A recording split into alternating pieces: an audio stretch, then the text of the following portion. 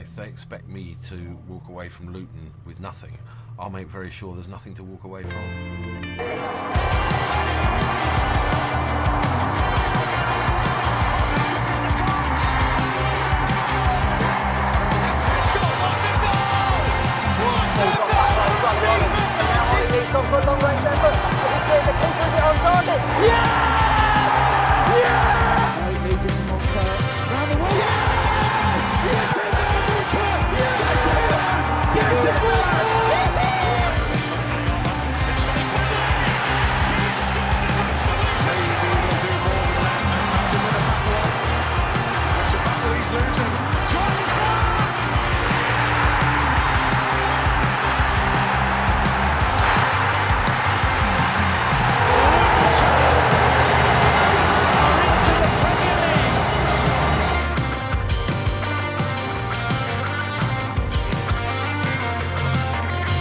Hello and welcome to the Oak Road Hatter podcast, and it is episode 99. We are one shy of the 100 mark, which is incredible to say.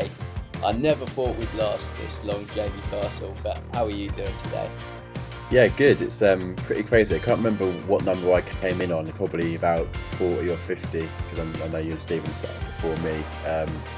But yeah, even for me to get this far is it's pretty crazy. But no, it's exciting, and hopefully the next 100 sees even more growth, because we're enjoying what we're doing, and we're getting lots of positive feedback. So yeah, a big thanks to everyone that has spoken to us in person for their praise and feedback. It really is appreciated.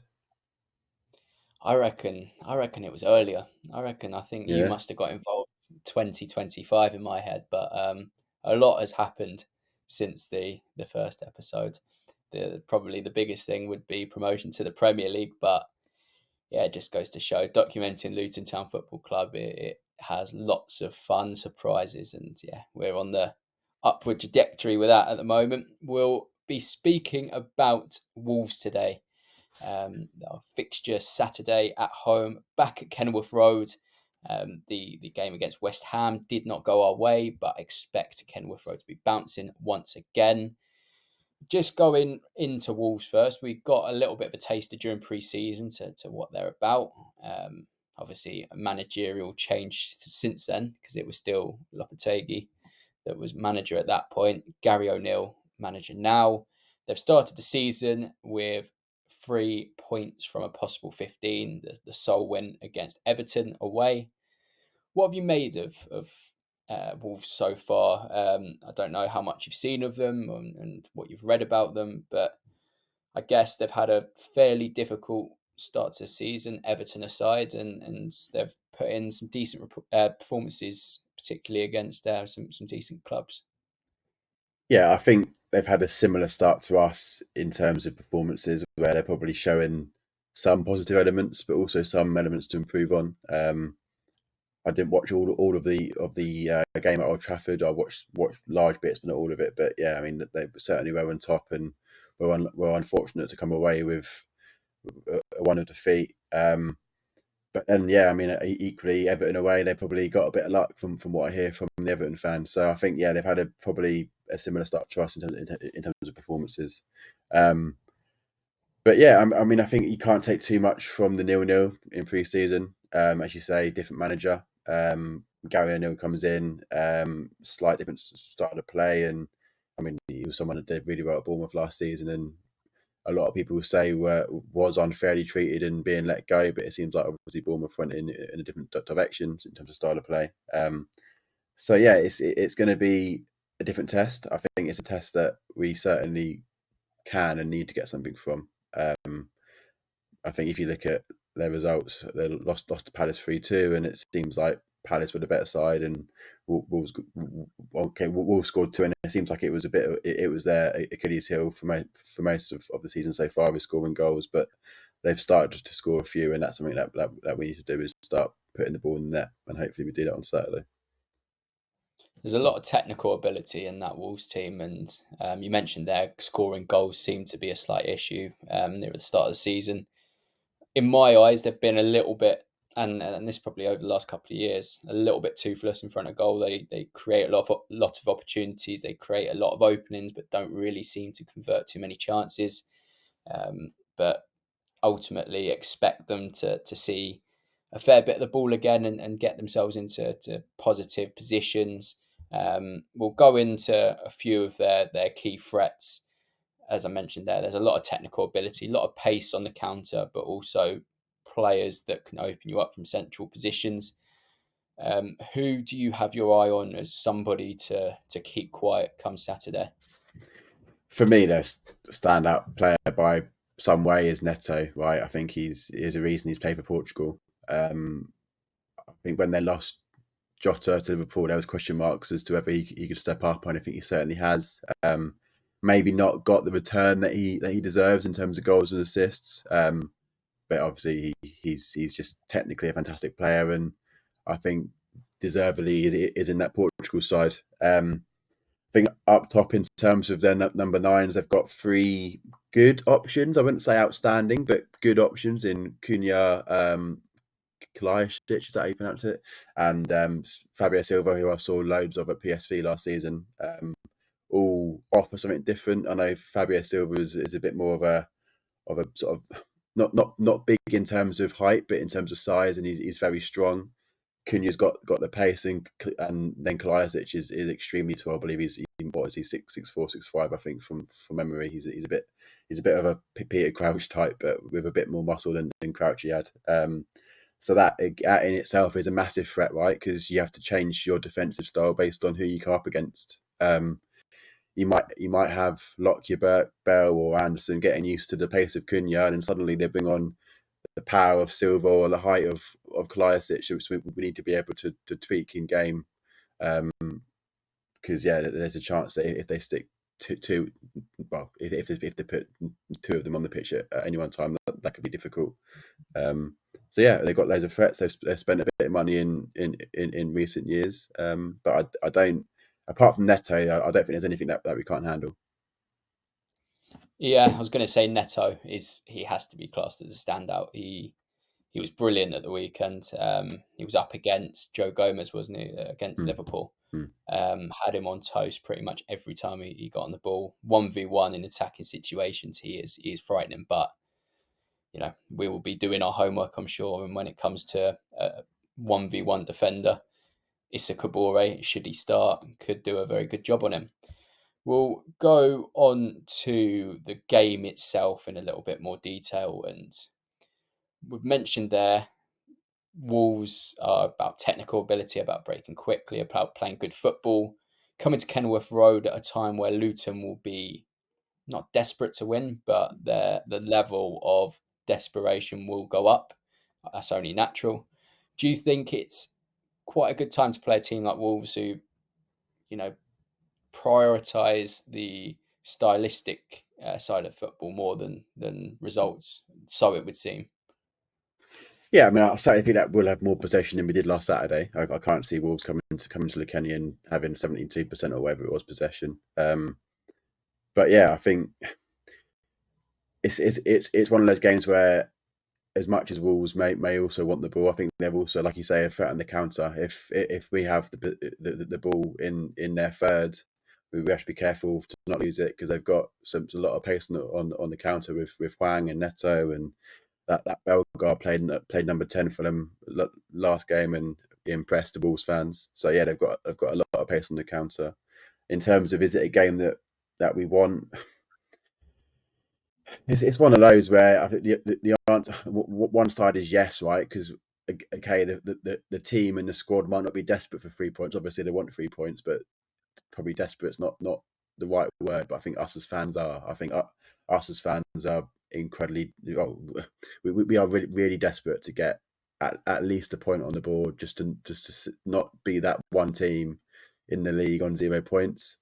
So whilst Wolves presents a fantastic opportunity to do that, there's also that nervous threat that if we don't, you think. Whereas if it was a Man United or Liverpool, then if we lost, then it's that story that repeats for one more week. But it's a tough game. So no, I think it's a big game for us, because that narrative of, oh yeah, it's been a tough start in terms of the teams we played, Brighton, Chelsea, West Ham. That narrative of this one, if we don't get anything from the game, starts to dwindle. Of actually, well, that was a game where we needed to get something from. So it works both ways, and it's probably something that you can answer in hindsight, right? If we come away with 3 points, you think, yeah, perfect game, because we needed the game to win, and Wolves were a team that we could beat. So yeah, there's an element of nerves creeping in. Obviously, you still, no matter what, it gets to the point where you just got to enjoy being in the Premier League. But still, there's that want to do well still. So that adds an element of nerves to sort of the game, because you really, really want to get something. You get the feeling if it's another nil pointer, that's when panic will start to set in. Yeah. We've always said we're going to enjoy the ride in this Premier League season, but I think you can tell within the Luton fan base we were hurt by the fact we didn't get anything at Fulham, given how we played, how they played, how everything played out. There was a mistake that led to the goal. There's, it's not a bad feeling, but there's just a general wanting. It's a wanting of a point or three now. It's got to a point where we're in need of proving to ourselves that we can do it. And if you play a certain amount of games and you perform well, but you don't get the points, I think that feeling of taking positives from the games can only last for so long. And I think we need to, evidently need to start picking up points now. Yeah, I think for me it's that pride factor. I think not that you should care what the outside world thinks, but going into the office, game 4, oh, lost again, Jamie. Sort of, it's that pride factor, and you want to be able to go in and just stick it to anyone that has a negative word to Luton. Now, obviously, there's been a lot said about the media reaction, and I think the BBC in particular, with that graphic of 0 points. Was it needed? No, but they've done it. It's really tough to balance between not caring, but also having the pride to also be like, F you, basically, that no, we're here and we deserve it. Because I think if we're being frank, before the season, we probably thought that we would have got more points on the board by now. I mean, I think certainly all of us, in terms of our pre-season preview, we all said that we would have won our first game by now. So the fact that we haven't, it does hurt. As you said, Fulham did really hurt. Not because we lost again, but just because we deserve something, and you just want what we're seeing to start to be seen by the outside world in terms of outside Luton. And for as long as we don't get a point or don't get 3 points, that's going to continue, and it's going to make that Monday morning walk into the office even harder. Because again, if we lose against Wolves on Saturday, you're going to go in and the things that we're saying to all of our colleagues, all of our mates outside Luton, in terms of but we're progressing, we're doing well. We're not sort of shrinking in this league. All our arguments start to weaken, and that's when it gets even tougher for fans. Yeah, and I think it's easy to forget the adaptation process that we're obviously going through at the moment, and it's been evident throughout the other promoted teams. The gap between Championship and Premier League, we were told not to underestimate it. We knew it was big, but it is that sizable. And of course, we recruited well within our sort of financial planning. We have added quality. We're getting better game by game, but ultimately, we're coming up against teams each week that have had millions to spend on their squad, plus the possibility, the luxury of having season upon season in the Premier League. And we've probably had our orange tinted glasses on when we done our predictions and not expected, but hoped that we'd go to Chelsea away and do them over and that kind of stuff. I know not many people thought that, but yeah, I think we're understanding that it's a lot more difficult than just surviving. Just surviving the Premier League is going to be such a strenuous task, and should we do it, it's got to be one of the best achievements we've enjoyed as Luton fans, which, surviving relegation, they sometimes say is better than promotion, and that's especially when there's so many people to prove wrong now. There's so many people jumping on the bandwagon of, Luton are an embarrassment to the Premier League, blah blah blah. Now we've got that added motivation of proving those people wrong and just watching their replies. I think Kieran said it brilliantly a few pods back, but yeah, seeing and hearing some of the comments that will come should we survive relegation will be fantastic. Let us go on to our starting 11 prediction for this game. There's a fair few dilemmas to go through, namely the ones that we've put in the polls. So we'll skip through the ones that are in the polls and not give too much rationale, namely the left wing back decision and the striking line options. So go through your starting 11 for Wolves on Saturday, Jamie. Yeah, so I think the back five to an extent for me picks itself. Okay, there's a few options there, but obviously in goal, Kaminsky. It's tough because there's been a bit said about him and his performances. I think he's done okay. Made a mistake or two, but I think it's harsh to drop him for Krul at this stage.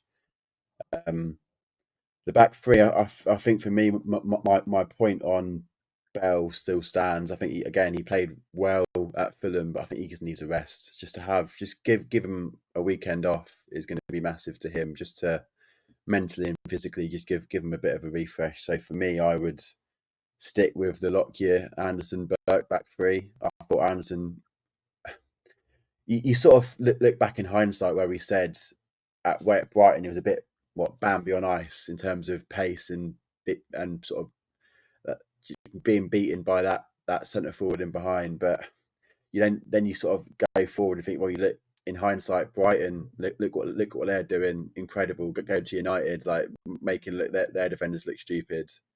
And since then, I thought Anderson's done absolutely fine. He was excellent against West Ham, and I thought he was good against Fulham. And I think pace is less of an issue. So maybe that was an overreaction on not just our part, but I think most of the Luton fan base post Brighton. So that would be even back three. We'll skim past the wing backs for now, but yeah, Kabore and Doughty for me. Midfield three, I think we'll go back to what we know. I think Edwards alluded to at the end of last game that there will be another tactical tweak, and I think it will be a tweak back to what we know. So Nakamba, Lokonga, and it depends on. I think Barkley's fitness is a big thing in that. Is Barkley fit? If not, then probably Chong picks himself, but maybe Barkley if Barkley is fit, and then Morris and Eli. That's my 11. Yeah, very similar for me. Of course, Kaminsky over Krul, as you said. There's been a few question marks over Kaminsky over the last couple of weeks. I still think he is our number one. And I think when you look back to the Gillingham game, Krul made a fair few mistakes that went unpunished. And I think apply that to the Premier League, then we could be talking about a fair few more goals that we've conceded. Kaminsky for me is still number one at this stage, although that competition is going to be good. He's going to push both of them to their limits. Then the wing backs, to brush past them before we go on to our poll, I've got Kabore and Doughty as well. Back three is again where it gets difficult. I do appreciate your call for help for Mari Bell to give him a rest. It's been a long period of time where he hasn't had that break. I still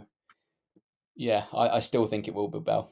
I do think Bell will play in that left-sided centre-back role, and I think it's more in my head for that. I don't know if it's just me in my head preferring a left footer in that left-sided centre-back role. I do agree Anderson has been progressively better. He's sort of gone in line with Luton and our performances so far. And I think when you're playing deeper, like we have been, I think we against Fulham we're even deeper than we were against Brighton. I think that's why that pace and mobility factor doesn't get exposed as much. but I do think he is growing in confidence. I think he still has an important part to play this season, but I think it will be Lockyer and Burke that will take the central position, and then the right side centre back position. Going on to midfield, it's difficult again.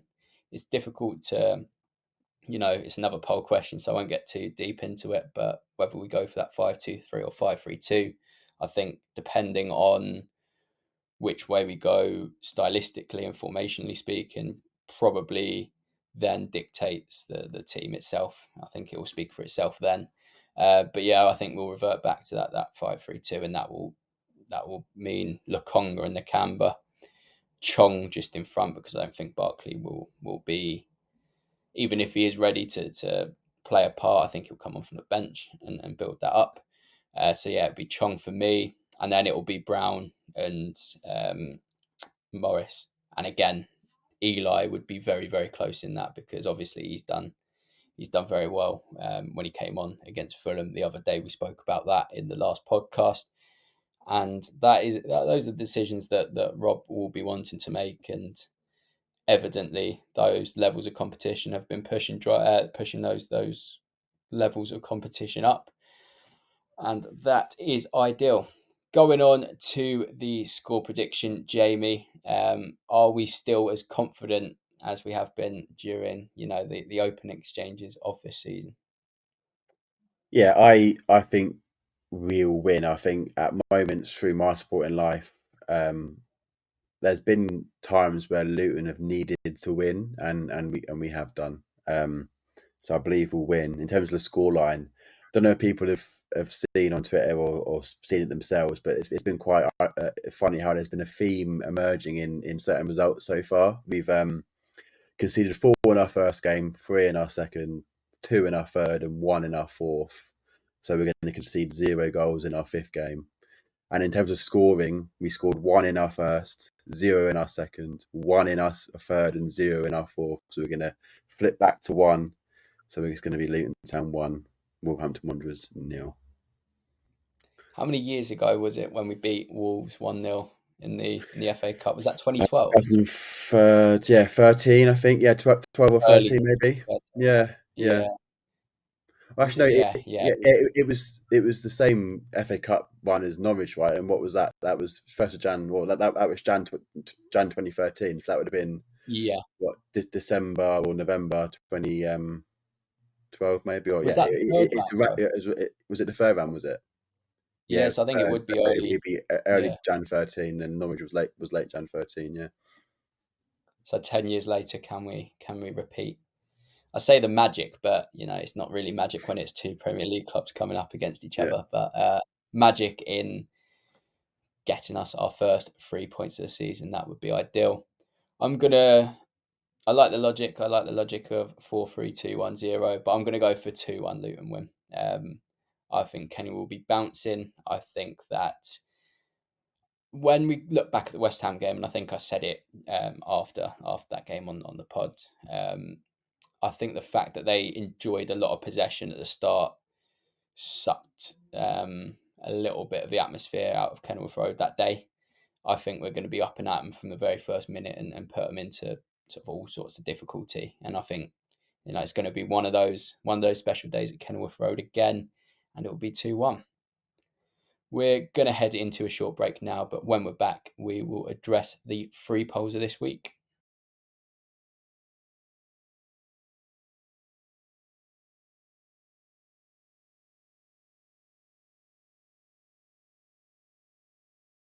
We are back for the second part of today's episode, and we'll go straight back in with some polls. Poll number 1 was who should start at left wing back on Saturday, and that's why I told Jamie to hold back on his left wing back rationale when we went through the starting 11. We had 260 votes, so it's one that was well answered. We had 13% going for Amari Bell, we had 60% with Alfie Doughty, and we had 27% at Ryan Giles. First of all, before we talk about the winner, can you see why people went for all 3? It's good level of competition. Yeah, no, yeah, exactly. I think and also what adds to it as well, right, is how good Kabore played against Fulham. I think if Kabore was a bit weaker or a bit more raw and needed more time to get up to speed, then that would also open up the option of putting Doughty out on the right. But for me, I think Kabore made a statement last Saturday and has almost locked down that position there on the right. So it sort of just limits that one position now to Doughty or Giles. And yeah, I can see why people went for both. I think for me, it's got to be Alfie Doughty, as I mentioned before. I still think Giles needs a bit more time. And also, I think it's just a bit the fact that it's now our fifth game and Doughty hasn't started that left wing back yet. I don't think. I think he deserves to start at left wing back just to show what he can do. Someone that for me was behind Morris, probably our best player last season. Obviously, you got Nakamba for half the season, but in terms of what Doughty did for us last season was incredible, and the fact that he's not started for us at left wing back last season, I think he certainly deserves his shot. I think when we spoke about Premier League readiness in between the end of last season and the start of this season, I think both of us went for Alfie Doughty as a player that we thought would seamlessly adapt to the Premier League. And in the glimpses so far, he has been really, really impressive. Yeah, I was with Doughty as well. I want to see him in that left wing back role. I want to see Kabore on the other side. I think at the moment, in the early stages of this season, that's the best combination that gives you, defensive solidarity, but also that attacking threat. Doughty, I think with Giles, he's more of a specialist. He's a crossing specialist. We've spoken about that, but I think Doughty does still provide a good crossing surface, and he can get at players, and he combines really well to get into forward positions. He's more of an athlete as well, and I think that experience of being involved in those Kenilworth Road games where we have been successful, I think that could come into play a good part. And then I think Giles is somebody very good to bring off the bench if we are chasing a goal. If we are, on the front foot, I think Giles is a very good player to bring on, either in that left wing back role, or if we're talking about that 5-2-3 where we've got three forwards, Ryan Giles in that left wing position could be a real game changer. So yeah, I think it wouldn't surprise me if any of the three start left wing back, but I think for me, Alfie Doughty has to be that number one pick. We'll go on to the second poll, and again, this is one that I tried to hush Jamie about when he was potentially going to delve into a bit more detail. Was should Luton Town stick with a forward three at this weekend, or should we revert back to the two up top? Of course, against Fulham, we had Jacob Brown on the right, we had Morris running through the middle, and then we had Tahith Chong on the left. I think it worked, and I think when we look back to what Kieran was saying on the last pod, it helped us break very quickly, and it was a game where we had to suck up a lot of pressure. But this game could be quite different. Jamie, what would you go for? Would you prefer to see the forward three, or would you want the two up top? Yeah, I went two in my starting 11. I think I agree the three worked tactically. I think Brown did well and Chong did well, but I can't help but think that Morris looked a little lost. Again, it's only one game, so I don't want to overreact, but I'm seeing glimpses of Morris being a striker in a front two. It was what he was at Barnsley, and it's what he did so well with us last year. I just think he needs that strike partner, and I think he felt and looked a little lost without his mate Eli on Saturday at Fulham. So I just feel like if Morris is our talisman in terms of goals, we need to help him as best we can. And okay, the three tactically might have helped, and Brown looked good and Chong looked good, and no doubt Ogbene would look good if he was in that right role. But yeah, I think you need to help your centre forward Carlton Morris, because he's the guy that I think we would agree if we are to start the season, he's the guy that is firing and scoring goals for us. So I'd switch to the two and put Eli back alongside him just to give them that one more go together and hopefully help Morris try and regain a bit of confidence and form. Yeah, and we've both alluded to the fact that Morris looked a little bit lost at Fulham. Do you think that comes down to, you mentioned Eli working well off him. Do you think it comes down to the proximity of players around him? Morris didn't have too much support, and I guess when we did win the ball, the objective for our wide players, for Brown and for Chong, was to get as wide as possible. Do you think then when balls came centrally, not having somebody running off him centrally, do you think that could have played a part as to why Morris wasn't as effective as we know he can be? Yeah, definitely. He holds up so well, and he brings people into play, and having Eli one beyond him, or having the wing backs one beyond him, I think again did to an extent. I know Kabore got up on the right well, but did having those sort of wide forwards to an extent limit the runners in beyond. I don't know, but yeah, I just can't help but think he plays better in a two. He scored 20 goals in the Championship last season in a partnership alongside Eli. And he needs players close to him. He needs those 2-8s up sort of to get that second ball off after he wins it, or he chests it and holds it up. Yeah, I think we need to get as many players as close to him as possible. Yeah, I would agree. I want to see the 5-3-2. Basically, nostalgia of last season. Some of those big games, you cast your mind back to Sunderland and Watford games where we really needed to be up for it, and the performances, not necessarily in terms of scoring lots of goals. It was more to do with how well they held the ball up. I think both Adebayo and Morris were fantastic against Watford, and they were the same against Sunderland as well. Some of those really big home games that were massively important for what we achieved. So yeah, I'd like to see that combination again. Well, sorry, I'd like to see a forward two combination. I'd still go with Brown at the moment. I think he's a player that's bedded in so well at Luton. The industry of Adebayo, but the athleticism he shows, his pace that to go in behind, I've been raving about Jacob Brown for a while, and I think he really is going to deliver this season, and he's showing glimpses of that already. As for the 5-2-3, I think that's something we can build into as the game progresses. And as I mentioned before, if we are in need of a goal, if we are in need of posing more of an attacking threat, then maybe we go to that 5-2-3 with someone like Giles or Bene to bring on. It's good to see that we've got that flexibility now. That we played against Fulham and gave them, a very decent game. One that we felt unlucky to have come away empty-handed from. That can only help adapt to a new system. Going to the results of that poll, and it is as equal as you'd like.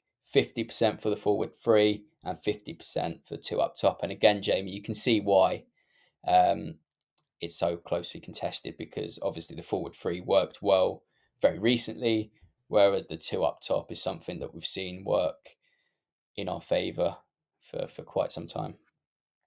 Yeah, and I think what we have done really well this summer, okay, people might argue outside that we've not signed a centre forward that goes and gets survival. We've not signed a big name player, but I think what we have done is we've built a really good squad, a squad of players that are all competing, that are all versatile in what positions they can play. I think we've done really well, and no matter what happens next season, I think going into next season, I think we'll have a fantastic squad to build on.